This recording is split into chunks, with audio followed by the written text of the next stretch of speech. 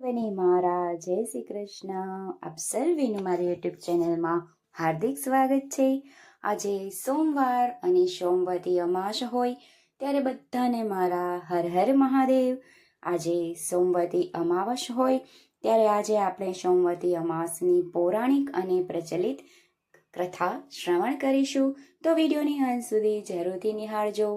Video પસંદ આવે તો લાઈક અને શેર જરૂરથી કરજો. સોમવતી અમાસ વ્રતની કથા.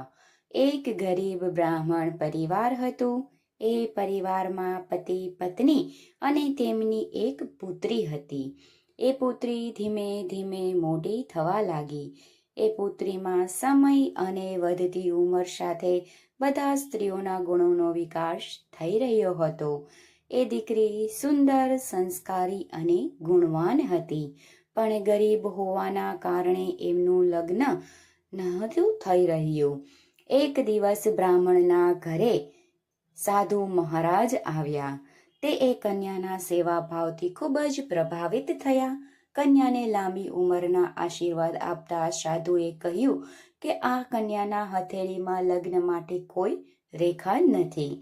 ત્યારે એ દંપતીએ સાધુથી ઉપાય પૂછ્યો કે કન્યા એવું શું કરે કે એમના હાથમાં લગ્ન યોગ બની જાય. સાધુ થોડી વાર વિચાર કર્યા પછી અંતરદ્રષ્ટિથી ધ્યાન રાખી અને જણાવ્યું કે થોડા દૂર એક ગામમાં એક સોના નામની ધોબણ જાતિની એક મહિલા એમના દીકરા અને વહુ સાથે રહે છે, જે ખૂબ જ આચાર વિચાર અને સંસ્કાર પ્રસન્ન અને પતિવ્રતા છે.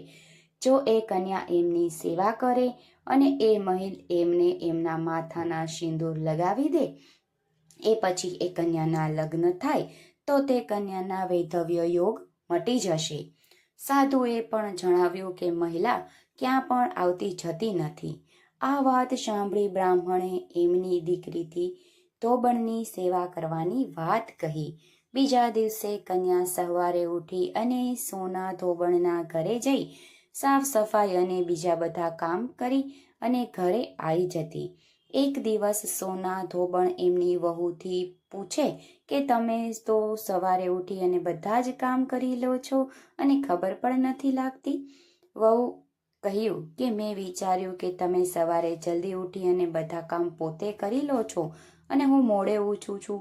આ પર બંને સાસ વહુ નજર રાખવા લાગી કે કોણ છે જે સવારે જલ્દી. દિવસો પછી ધોબણે જોયું કે એક કન્યા અંધારામાં ઘરે આવે છે અને બધા જ કામ કર્યા પછી ચાલી જાય છે. જ્યારે એ જવા લાગી તો સોના ધોબણ એમના પગ પર પડી ગઈ અને પૂછવા લાગી કે તમે કોણ છો, જો આ રીતે છુપી અને આવીને મારા ઘરની ચાકરી કરો છો? ત્યારે કન્યાએ સાધુએ કહેલી બધી જ વાત કહી. સોના ધોબણ પરિવ્રતા હતી. તેમનામાં તેજ હતું. સોના ધોબણના પતિ અસ્વસ્થ હતા. તેમણે એમની વહુને એમના પરત આવવા સુધી ઘરે જ રહેવાનું કર્યું. સોના ધોબણે જેમ જ એમનું માંગનું સિંદૂર કન્યાની માંગમાં લગાવ્યું, એમનો પતિ મરી ગયો. એ વાતની એમને ખબર પડી કે ઘરથી જળ આવ્યા વગર ચાલી હતી. આ સોચી અને જ રસ્તામાં જ્યાં પીપળનું પેડ મળશે તો તેને ભવરી એમાંથીને એમની પરિક્રમા કરી જળગ્રહણ કરશે.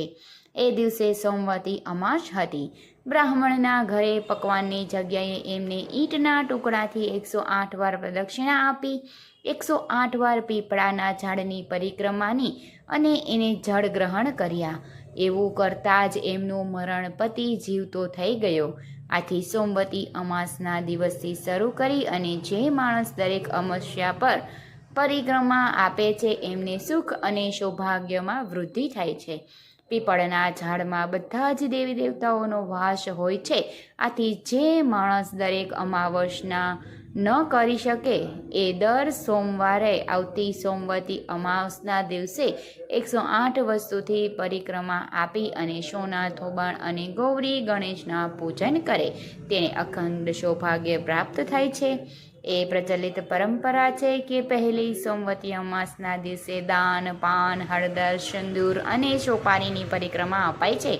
એ પછી સોમવતી અમાવસે તમારા સામર્થ્ય મુજબ ફળ, મીઠાઈ, સુહાગનની સામગ્રી વગેરેથી પણ પરિક્રમા આપી શકો છો અને પરિક્રમા પર ચઢાવેલો સામાન કોઈ બે બ્રાહ્મણ, નણંદ કે ભાણેજને આપી શકો છો.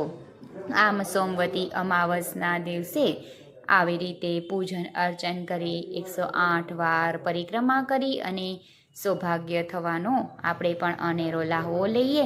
તો સોમવતી અમાસના દિવસે શિવ પાર્વતી પૂજન સહિત પીપળા વૃક્ષની પરિક્રમા કરી અને અમાવસના દિવસે આપણે ભગવાન ભોળેનાથની, ભગવાન વિષ્ણુની કૃપા પ્રસાદી મેળવીએ.